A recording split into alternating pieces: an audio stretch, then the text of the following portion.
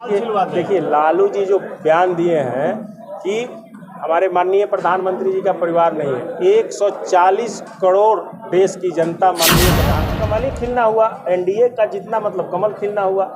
माननीय प्रधानमंत्री जी ने कहा है कि भारतीय जनता पार्टी 370 से मिले थे राजस्थान में, तो उन्होंने बोला कि नीरज जी आप आसाम आइए, वहाँ 1 करोड़ बिहार के लोग रहते हैं, वहाँ भी पूर्वांचल मोर्चा में बनाने जा रहा हूँ। उन्होंने आमंत्रण दिया और पूर्वांचल के लोग, चाहे वह यूपी हो, बिहार हो, झारखंड हो, जहां भी जाते हैं अपने खून पसीना बहाकर धन्यवाद देता हूं कि ऐसे 2 नौजवान हमको दिल्ली के लिए दिए हैं, ताकि दिल्ली में जल्द से जल्द भाजपा का कमल हम लोग खिलाएं और केजरीवाल को खिलाएं। यहाँ के कितने लोगों को त्याग करना पड़ा। परिवार का मतलब होता है त्याग, और त्याग का मतलब लालू जी शायद नहीं समझते हैं। त्याग का मतलब क्योंकि उन्होंने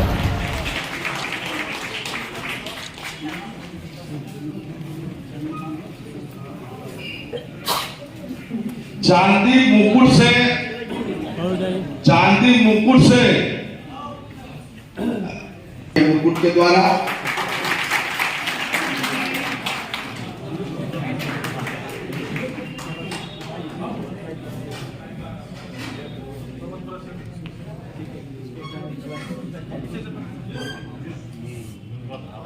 हाँ आप लग रहे हैं, इधर देख लीजिए।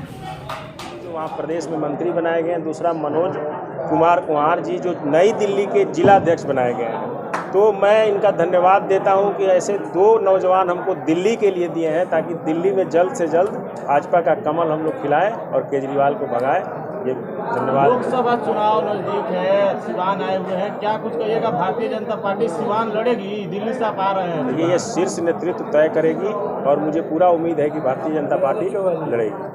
पूर्वांचल पे भाजपा का बहुत ध्यान रहता है, पूर्वांचल में खासकर क्या रणनीति है आप लोगों को पूर्वांचल? देखिए, पूर्वांचल दिल्ली में 70 लाख पूर्वांचल के लोग हैं। असम के मुख्यमंत्री हमसे मिले थे राजस्थान में, तो उन्होंने बोला कि नीरज जी आप आसाम आइए, वहाँ 1 करोड़ बिहार के लोग रहते हैं, वहाँ भी पूर्वांचल मोर्चा में बनाने जा रहा हूँ। उन्होंने आमंत्रण दिया और पूर्वांचल के लोग, चाहे वह यूपी हो, बिहार हो, झारखंड हो, जहां भी जाते हैं अपने खून पसीना बहाकर अपनी पहचान बनाते हैं। चाहे राजनीति हो, बिजनेस हो, या व्यवसाय हो, या किसी भी क्षेत्र में उनकी पसीना बहती है और अपनी परचम को लहराते हैं। पूर्व सांसद ओम प्रकाश यादव जी का बयान है कि अगर ये जदयू के खाते में सीट गई तो मैं निर्दलीय चुनाव लड़ूंगा।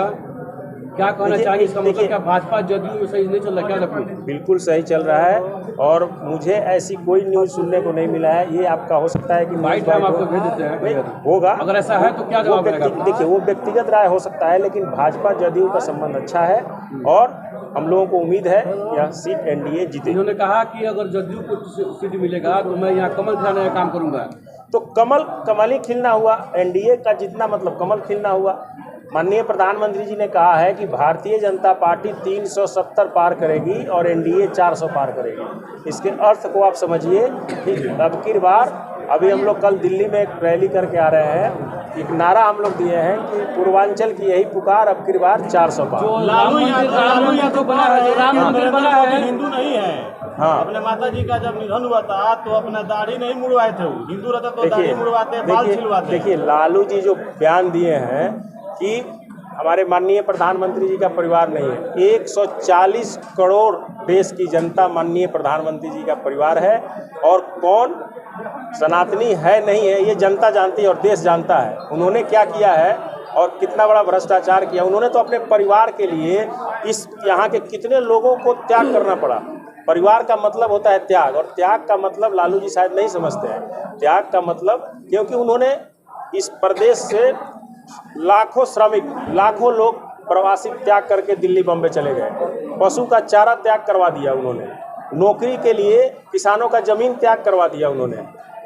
लेकिन भारतीय जनता पार्टी के हमारे यशस्वी प्रधानमंत्री ने खुद को त्याग करके 140 करोड़ जनता, राम मंदिर का श्रेय आपको मिलेगा, भाजपा मिलेगा। राम मंदिर का श्रेय सर आपको मिलेगा, भाजपा लेगी। राम सबके हैं, कोर्ट के आदेश से बना है। बिल्कुल कोर्ट के आदेश से बना।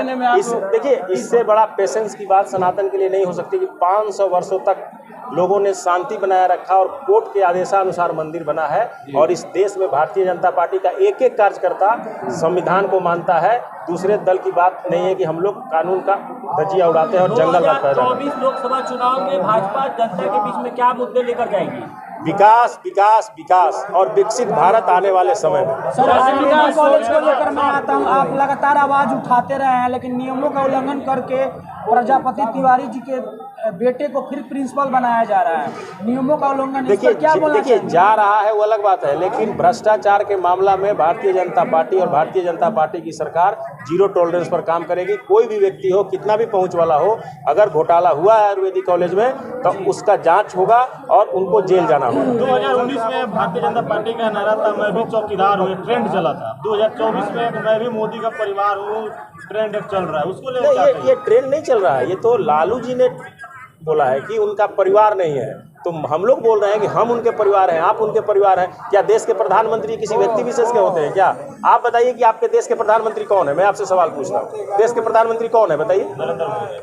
तो प्रधानमंत्री सबके हैं, सबके परिवार का ख्याल करते हैं, सबके छात्र का ख्याल करते हैं, सभी नौजवानों का ख्याल करते हैं, सभी किसानों का ख्याल करते हैं। लालू जी का भ्रष्टाचार और लालू जी का जो जंगल राज है, इससे मुक्ति दिलाने के लिए जो काम हो रहा है, इसलिए उनको दर्द हो रहा है। आपने कहा था कि अवैध नामांकन को लेकर आवाज उठाया जाएगा, लेकिन अभी तक कुछ नहीं हुआ। आपने कहा था हम चुप नहीं बैठे। किस मामला में? आयुर्वेदिक कॉलेज के मामले में। आप देखिए, उसमें जांच हुई है, गवर्नर का रिपोर्ट आया है और अभी सरकार जो थी, इसके पहले सरकार राजद भी थी, तो मैंने ये सवाल उठाया था कि क्या कर रहे हैं राजद के लोग। स्वास्थ्य मंत्रालय लालू जी के लड़के के पास था, क्या कर रहे थे? मैं सवाल पूछता हूं उनसे, आप बताइए क्या कर रहे थे? उनको FIR कराना चाहिए अगर भ्रष्टाचार हुआ है तो।